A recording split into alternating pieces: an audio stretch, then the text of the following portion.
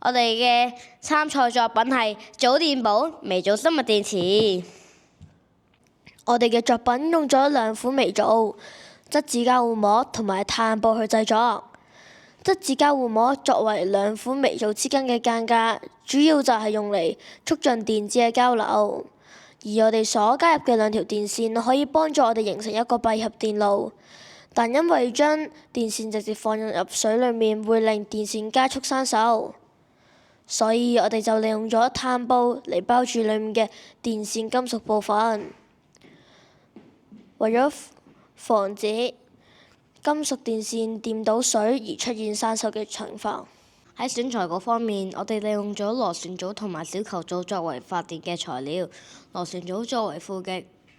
放喺電池筒嘅中間；小球藻作為正極，攞嚟包住連帶質子嘅交換膜嘅螺旋藻。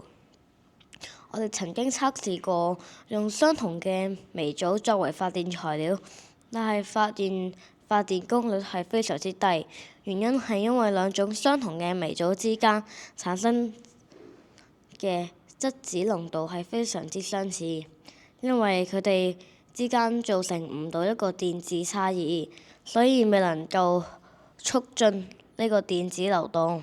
但係當我哋使用兩款唔同嘅組種嘅時候，因為透過太陽光照射，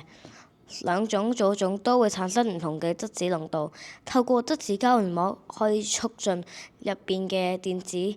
互相流動而形成電流。我哋將量度嘅安倍計連接到我哋嘅生物電池，黑色代表負極，會連接住我哋代表正極嘅小球藻，